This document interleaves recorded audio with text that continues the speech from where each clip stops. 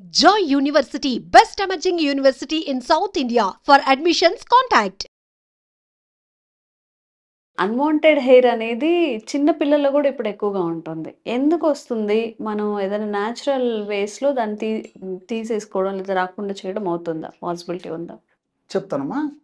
యాక్చువల్‌గా మీరన్నట్లు unwanted hair సమస్య ఈ హ్మ్. మధ్య కాలంలో విపరీతంగా పెరిగిపోతుందమ్మా. హ్మ్. యాక్చువల్‌గా మీసాలు, గడ్డాలు హ్మ్. రావటం అనేది పురుషులకు సంబంధించినటువంటి లక్షణాలు ఇవన్నీ. అవును. అవును. సో, వాడి యొక్క దేహధర్మాల్లో భాగంగా, జీవనక్రియలో భాగంగా హ్మ్. ఈ హెయిర్స్ రావడం అత్యంత సర్వసాధారణమమ్మా. హ్మ్. హ్మ్. కానీ దురదృష్టవశాత్తు పురుషులకు ఉండవలసినటువంటి లక్షణాలు హ్మ్. మరి స్త్రీలలో కూడా కలుగుతున్నాయి. అవును. ఆడవాళ్ళలో, యువతులలో, హ్మ్. అట్లే మీరన్నట్టు చిన్న పిల్లల్లో కూడా కలుగుతున్నాయమ్మా. హ్మ్. సో, దీనికి సవాలక్ష కారణాలు. హ్మ్. హార్మోన్ల అస్తవ్యస్తత, మానసిక ఒత్తిడి, అదేవిధంగా ఈ వాతావరణ కాలుష్యము, హ్మ్. అట్లే తర్వాత కొన్ని రకాలైనటువంటి శరీరంలో జరిగేటువంటి కొన్ని రకాలైనటువంటి మార్పులు, హ్మ్.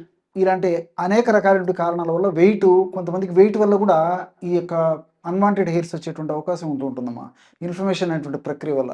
ఈ విధంగా వివిధ రకాలైనటువంటి కారణాల వల్ల ఈ అన్‌వాంటెడ్ హెయిర్స్ వస్తుంటాయమ్మా. హ్మ్. సో, ఎక్కువ శాతం మందిలో ముఖ్యంగా యువతులలో, ఆడవాళ్ళలో, మహిళల్లో హ్మ్. గర్భాశయానికి సంబంధించినటువంటి సమస్యలు ఉన్నటువంటి వాళ్ళలో ఈ హ్మ్. అన్‌వాంటెడ్ హెయిర్స్ కూడా ఎక్కువ వస్తుంటాయమ్మా. ఓహో! ఈ మీసాలు, తర్వాత ఈ గడ్డాలు రావడము, హ్మ్. అదేవిధంగా కొంతమందికైతే ఈ కాళ్ళు, చేతులు కూడా వెంట్రుకలు విపరీతంగా వచ్చేస్తుంటాయమ్మా. హ్మ్. వాళ్ళు పడేటువంటి బాధ వర్ణాతీతం. హ్మ్. హ్మ్. నిజంగా చెప్పాలంటే ఆ అన్‌వాంటెడ్ హెయిర్ వల్ల వాళ్ళకు ఇతర శారీరకమైనటువంటి అనారోగ్యాలు ఉండవు గానీ, అంటే హెయిర్స్ వల్ల హ్మ్. మానసికంగా వాళ్ళు చాలా క్షోభకు గురైపోతుంటారమ్మా. హ్మ్. సో, 10 మందిలోకి వెళ్ళాలన్నా, 10 మందితో మాట్లాడాలన్నా, మరి ప్రతిదీ ఇటు వాటికన్నిటికి కూడా ఆత్మన్యూనత భావానికి గురైపోతున్నటువంటి యెస్. పరిస్థితి యెస్. ఏర్పడుతుందమ్మా. అవును. సో, ఈ యొక్క అన్‌వాంటెడ్ హెయిర్‌కి నేను చెప్పినట్లు సవాలక్ష కారణాలు. హ్మ్. ఈ అన్‌వాంటెడ్ హెయిర్ వచ్చినప్పుడు ఏం చేస్తారంటే ఒక్కొక్కరు ఒక్కొక్క రకమైన ప్రయత్నాలు చేస్తుంటారు. హ్మ్. సో, వీళ్ళలో మరి ఇన్ని రకాల ప్రయత్నాలు చేసినప్పటికీ ఆశించినటువంటి ఫలితాలు చాలా చాలా తక్కువ మందిలోనే కలుగుతుంటాయమ్మా. ఓకే. నిజంగా చెప్పాలంటే ఈ అన్‌వాంటెడ్ హెయిర్స్‌కి సంబంధించి ప్రెజెంట్‌గా ఆధునిక విజ్ఞానంలో హ్మ్. సర్వసాధారణంగా ఈ వ్యాక్సింగ్ చేయడం జరుగుతుంటుందమ్మా. Waxing or laser treatments electrolysis, కానీ. హ్మ్. తర్వాత డిపిలేటరీ ట్రీట్మెంట్స్ హ్మ్. ఇవన్నీ చేస్తుంటారమ్మా. అవును. సో, వీటికున్నటువంటి పరిధులు, పరిమితులు వీటికున్నాయమ్మా. హ్మ్.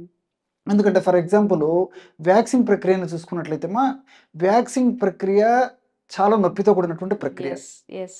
చాలా అవును. యొక్క అనుభవించే వాళ్ళు చెప్తుంటారు. హ్మ్. మైనాన్ని కరిగించేసేసి, ఆ వెంట్రుకల భాగంలో అప్లై చేసేసి, ఆహ్, క్ గో వె వెచ్చగా ఉన్నప్పుడు అంటే భరించగలిగినటువంటి వేడి ఉన్నటువంటి టైంలో లాగేసేస్తారమ్మా దాన్ని. హ్మ్. లాగేసేస్తే మధ్యలో వెంట్రుకలు విరుక్కొని బయటకొచ్చేస్తాయమ్మా. అవును.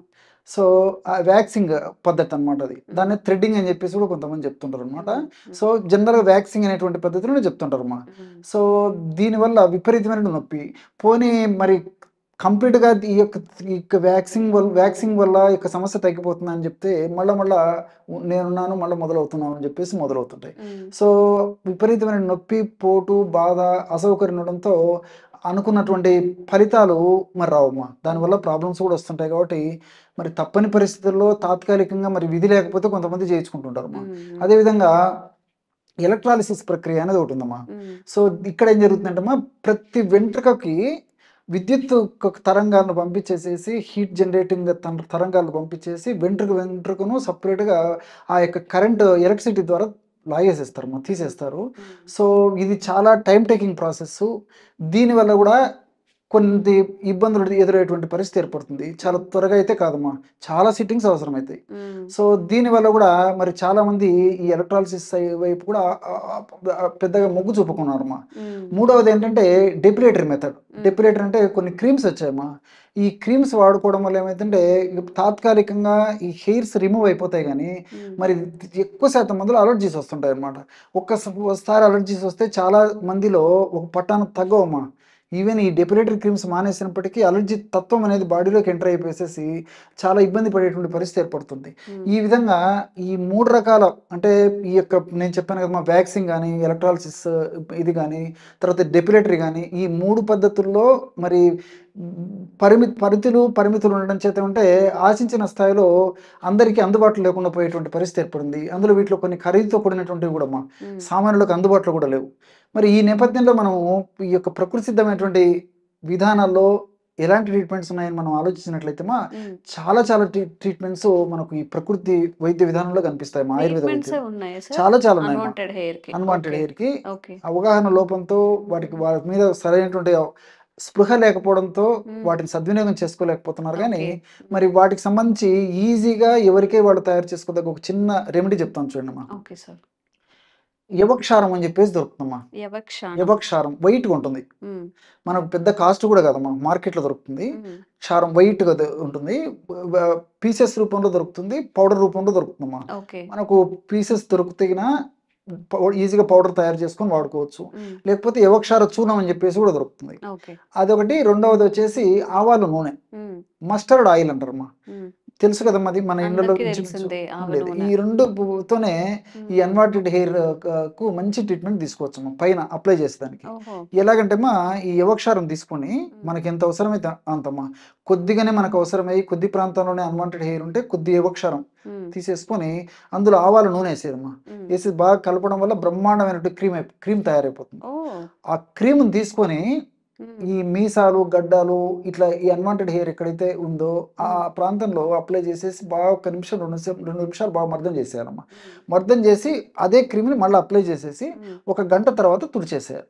ఆహా, ఈ విధంగా క్రమం తప్పకుండా రోజు 2 సార్లు ఈ యొక్క ఔషధాన్ని ఈ పద్ధతిలో వాడుకోవడం వల్ల ఉమ్, మరి వెంట్రుకల భాగంలో బలహీనత ఏర్పడి వెంట్రుకల కుదుళ్లలో ఆ యొక్క కెపాసిటీ, ఆ హోల్డింగ్ కెపాసిటీ తగ్గిపోవడం చేత క్రమక్రమంగా వెంట్రుకలు ఊడిపోతాయి మనం. ఓకే న్యాచురల్ గానే ఇంకా నా- నా- రాదా అక్కడ? లేదమ్మా, అదే దీనికి ఏంటంటే చెప్తే కదమ్మా, ఇంటర్నల్ కాజెస్ ఉంటాయి కాబట్టి ఉమ్, తాత్కాలికంగా తగ్గిపోయినప్పటికీ మనం ఇంగ్లీష్ వైద్య విధానంతో పోల్చుకుంటే ఇది మనకు క్షేమదాయకంగా ఉంటుంది, సైడ్ ఎఫెక్ట్స్ ఉండవు, సైడ్ బెనిఫిట్స్ ఉంటాయి, ఉమ్, తక్కువ ధరకు లభ్యమవుతుంది, అందరికీ అందుబాటులో ఉంటుంది. కానీ మరి ఇంటర్నల్ ప్రాబ్లమ్ రెక్టిఫై చేయాలమ్మా. ఉమ్, అసలు ఈ అన్వాంటెడ్ హెయిర్ ప్రాబ్లం ఎందుకు వస్తుందని చెప్పేసి రెక్టిఫై చేసుకొని దానికి సంబంధించిన ట్రీట్మెంట్ తీసుకోవడం వల్ల మరలా పునరావృతం కాకుండా ఉంటాయి. ఉమ్, మరి తాత్కాలికంగా తగ్గేందుకు మాత్రం ఈ ఔషధము చాలా చక్కగా పనిచేస్తుందమ్మా. ఇలాంటి చాలా చాలా ఔషధాలు కూడా ఉన్నాయి, ఉమ్, ఈజీగా తయారు చేసుకోదగ్గ ఔషధమే చెప్పానమ్మా నేను. ఓకే సో ఈ ఔషధాన్ని మనం దీర్ఘకాలం పాటు వాడినప్పటికీ ఎలాంటి ఇబ్బంది ఉండదు. ఉమ్, కాబట్టి క్షారం, యవక్షారం అంటే అదొక రకమైన క్షారం అమ్మా.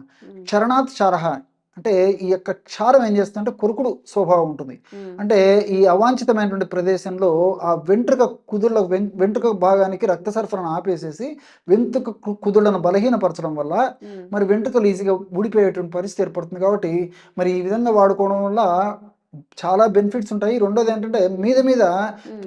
త్వరగా వెంటనే పెరగకుండా కూడా ఈ యొక్క ఔషధం సహకరిస్తుందమ్మా.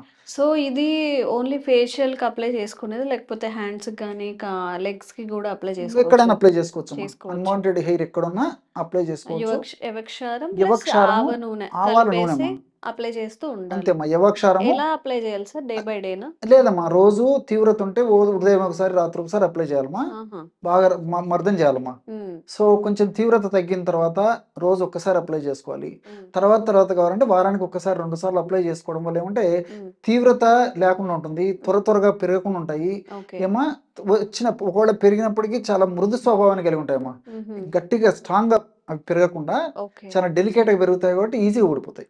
ఎంత టైంకి ఇవి అట్లా అయిపోతాయి సార్? వీక్ గా అయిపోతాయి? అది శరీర తత్వాన్ని బట్టమ్మా. కొంతమందికి ఏమంటే 1 మంత్ 2 మంత్స్ కూడా పడుతుంటుంది, కొంతమందికి ఇంకా లేట్ అయిపోతుంది. ఓకే. కాబట్టి వాళ్ళు పాటించేటువంటి నియమాలను బట్టి, వాళ్ళ ఉమ్, శరీర తత్వాన్ని బట్టి, ఉమ్, వాళ్ళ యొక్క వ్యాధి యొక్క ఉధృతిని బట్టి, ఇతర ఓకే. అనుబంధ లక్షణాలను బట్టి ఉమ్, రిజల్ట్స్ ఆధారపడి ఉంటాయమ్మా.